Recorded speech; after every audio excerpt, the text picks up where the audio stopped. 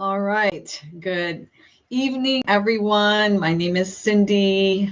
Welcome. Thank you for joining me tonight to talk more about osteopenia and osteoporosis. Last week, I started talking about exercises to build strong and healthy bones. It was a part 1. I'm going to continue that tonight with part 2. So if you haven't watched last week's, which would be January 18th, and the title is Exercises to Build Strong, Healthy Bones, part 1, you might want to look back at that one. These live sessions are only about 15-20 minutes, so it's not like there's hours to watch here. Just like little tidbits every Monday night. So thank you for joining me if you're live. So again, last week I started talking about different exercises, and I gave you some exercises to do, especially for the upper body. And I also talked about Wolf's Law, which I'm going to review with you tonight. But before I do that, I wanted to pose a question and then answer that question. There was a Facebook group that I was looking at earlier today, and there was someone that had asked a question. The question is, do you think using the arms on the elliptical is just as good as building your bones as low impact dumbbells would be? So I like that question for tonight because we're going to be talking about weightlifting and the right way to do it in order to build strong, healthy bone versus another way that you can do it. I don't want to say it's wrong as much as that it won't help with strong, healthy bone growth. So elliptical. An elliptical is a type of machine, probably most of you know. You use the arms, your legs are doing this. That is cardio. So you're not really going to get any benefit doing any type of elliptical or heart type workouts. You're not going to get much benefit when it comes to building strong, healthy bone. So cardio type workouts, yes, they're great for your heart. They're great for keeping you lean, but not so much for building bone. So to answer this question, the other part of this is it as good, is the elliptical as good as building your bones as low impact dumbbells? So here's the other thing. When it comes to weightlifting, dumbbells, doing things like this with weights, low impact will also not have much, no pun intended, but it has little impact on, again, growing strong, healthy bone. So let's go into more detail. So tonight's talk is all about weightlifting. And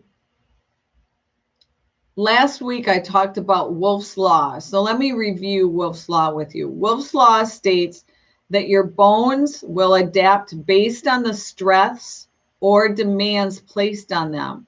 And when you work your muscles, that's putting stress on your bones. And in response, your bone tissue is going to remodel and become stronger.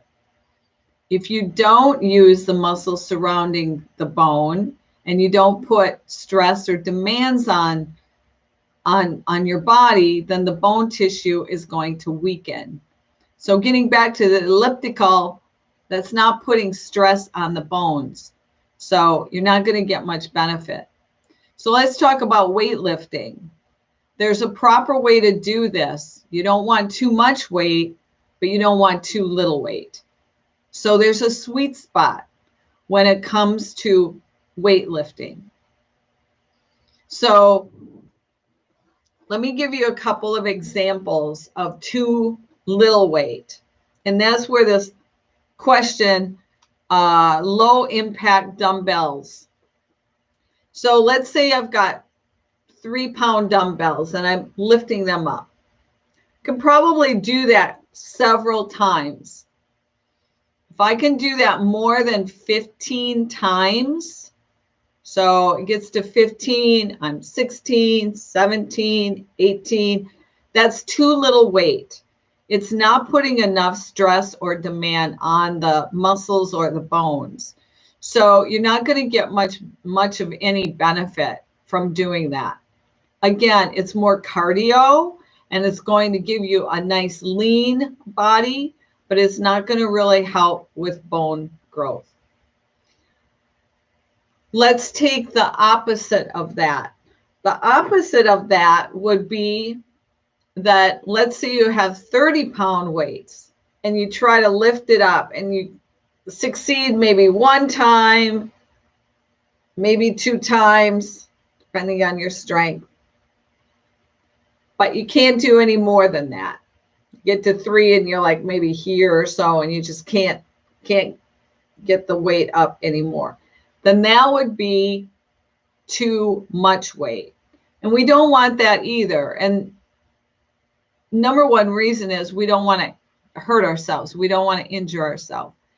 And sometimes that can be little minor fractures depending on what we're doing, what area we're working.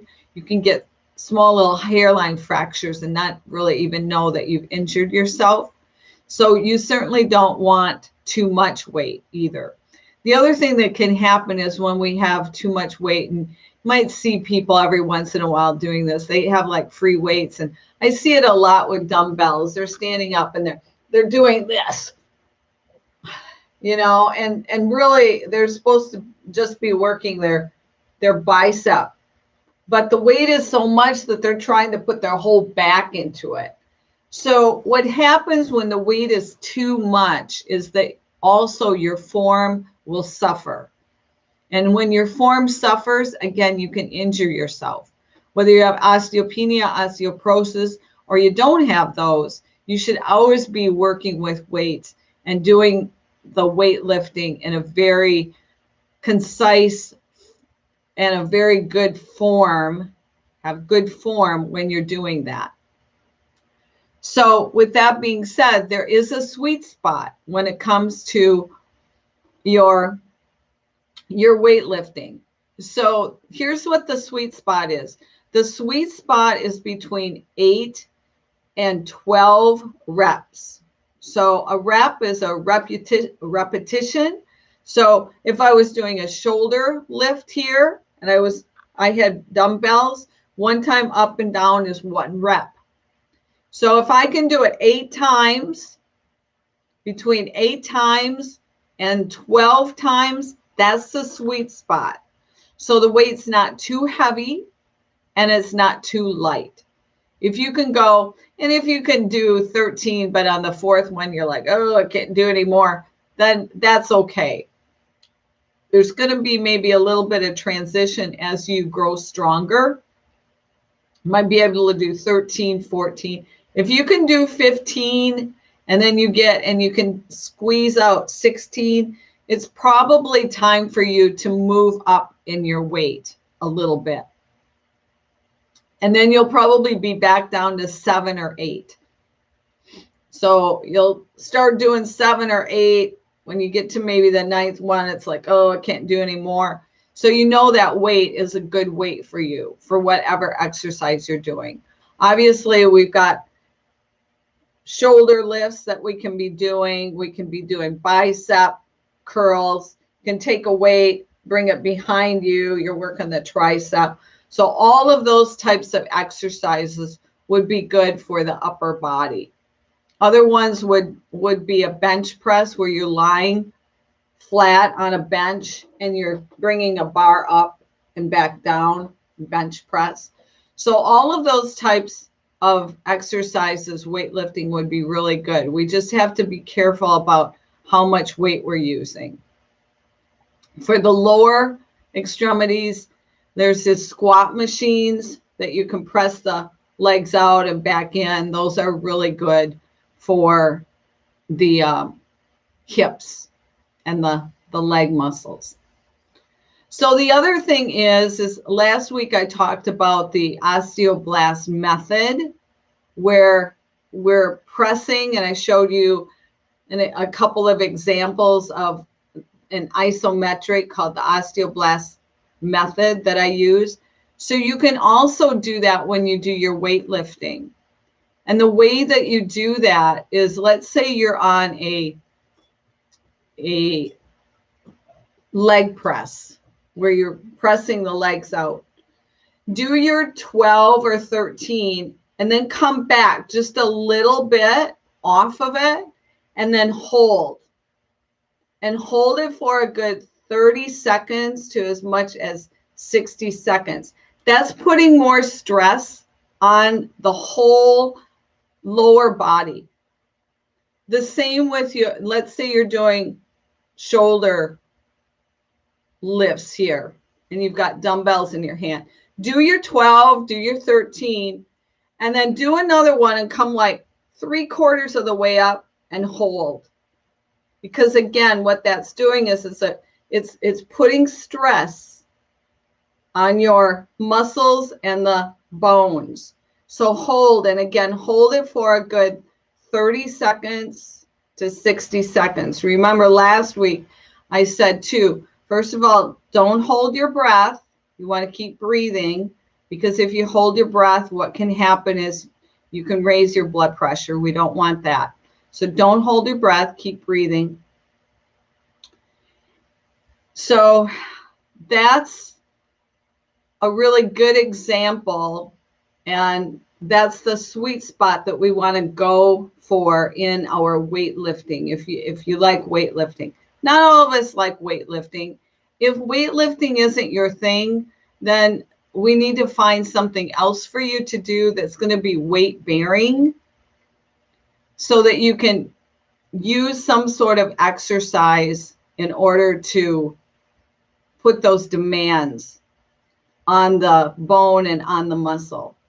So next week, I'm going to continue this. That'll be part 3 of the exercises. I'm going to talk about, next week, I'm going to talk about yoga. I'm a certified yoga instructor. And again, there's some yoga, some different types of yoga that work really well. There's also some very specific yoga postures that work very well for gaining bone mass. There's also different types of yoga that really don't do much good at all as far as building strong, healthy bone. Again, they will help to relax you, which is also good because we have to control our stress. So there are some things like that that we can do. There's other types that are more cardio, again, and that's not something that's going to help with the building of strong, healthy bone. So I hope you'll tune in next week. Next week will be February 1st. Can't believe it's already February, but it'll be February 1st. I'm always on live starting at 7:30 p.m. Eastern Standard Time. And if you haven't subscribed to my channel, please do so. I have new videos out all of the time. So if you subscribe, then you'll get notified. So I hope to see you soon. Thanks for joining, and I'll see you next week.